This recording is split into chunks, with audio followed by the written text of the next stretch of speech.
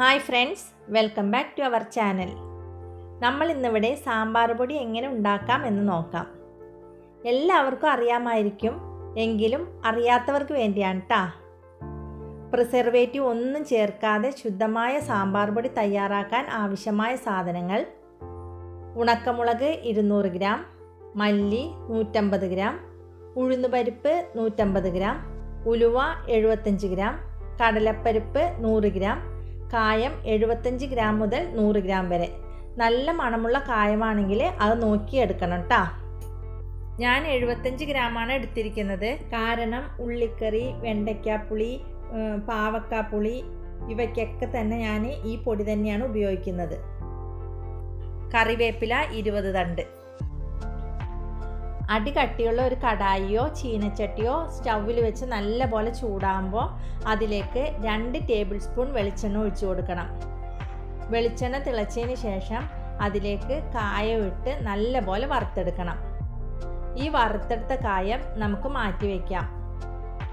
ഈ ചട്ടിയിലേക്ക് നമ്മൾ എടുത്തു വെച്ചിരിക്കുന്ന എല്ലാ ചേരുവകളും ഇട്ട് കൊടുക്കാം. 10 മിനിറ്റ് മീഡിയം ഫ്ലെയിമിൽ വെച്ച് ഇളക്കിക്കൊണ്ടിരിക്കണം. കരിയാതെ നോക്കണേ. ഈ മുളകിൻ്റെ നെട്ടുകൾ വറുത്തതിന് ശേഷം നമുക്ക് എടുത്തു കളയാം. ഇതിൻ്റെ പാകം ശരിയാണോ എന്നറിയാൻ ഇതിലിട്ടിരിക്കുന്ന കറിവേപ്പില എടുത്ത് പൊടിച്ചു നോക്കുക. കറിവേപ്പില പൊടിഞ്ഞു പോകുകയാണെങ്കിൽ ഇതിൻ്റെ വറവ് റെഡി ആയിട്ടുണ്ട്. ഇനി നമുക്ക് മാറ്റി വെച്ച കായം കൂടി ചേർത്ത് ഇളക്കി കൊടുക്കാം.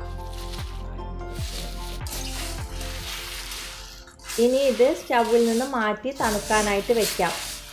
മുളകിൻ്റെ ഞെട്ട് കളഞ്ഞതിന് ശേഷം മിക്സിയുടെ ജാറിലിട്ട് നല്ലപോലെ ചേരുവകളെല്ലാം പൊടിച്ചെടുക്കാം.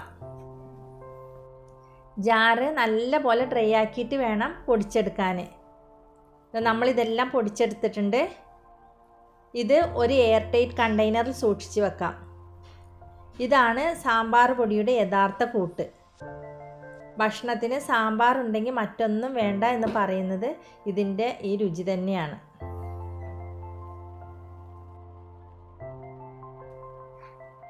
ഈ വീഡിയോ കണ്ട് ട്രൈ ചെയ്ത ആർക്കും ഇനി സാമ്പാർ പൊടി കടയിൽ നിന്നും വാങ്ങേണ്ടി വരില്ല. വീഡിയോ ഇഷ്ടമായാൽ please like, share and subscribe.